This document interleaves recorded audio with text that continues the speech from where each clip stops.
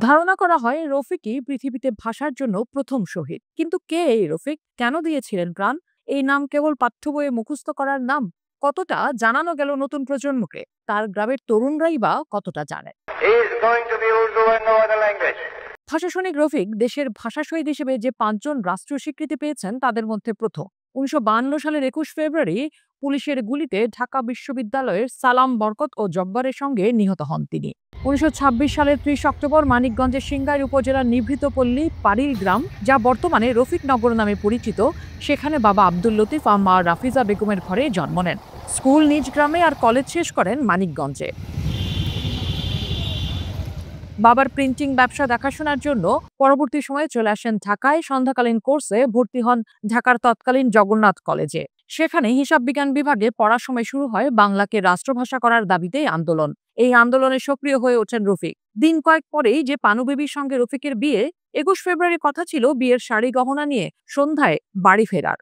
কিন্তু বাংলাকে রাষ্ট্রভাষা করার দাবিতে 1952-র 21শে ফেব্রুয়ারি জগন্নাথ থেকে ঢাকা মেডিকেল পর্যন্ত যে আন্দোলন চলছিল সেই মিছিলে যোগ দেন তিনি। তাদের মিছিল 144 ধারা ভঙ্গ করলে ঢাকা মেডিকেল কলেজের হোস্টেল প্রাঙ্গণে গুলি চালায় পুলিশ।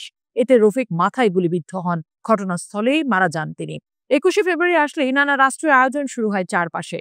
এই একটি দিনই রফিককে মনে করার উৎসব হয়ে ওঠে যেন। ভাষার জন্য তারা আমাদের জীবন দিয়েছেন, তার প্রাণ দিয়েছেন। হাজার হাজার লক্ষ লক্ষ মানুষের ভিড়ে তিনি প্রথম শহীদ হয়েছেন।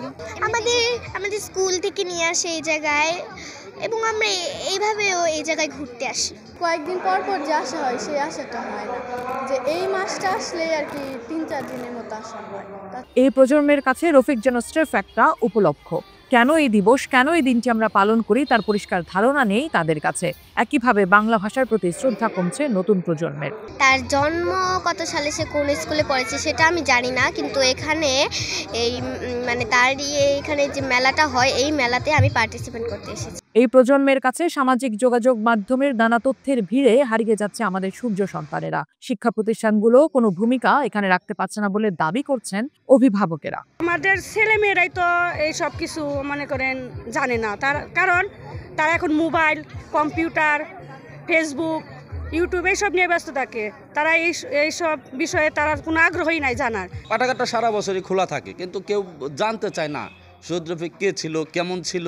কোনো রকমের একটি পাঠাগার আর জাদুঘর নির্মাণ, 21শে পদক কিংবা গ্রামের নাম বদলে দিয়ে এই ভাষা সৈনিকদের কতটা নতুন প্রজন্মের কাছে তুলে ধরা যাবে, সেটা এখন একটা প্রশ্ন বটে।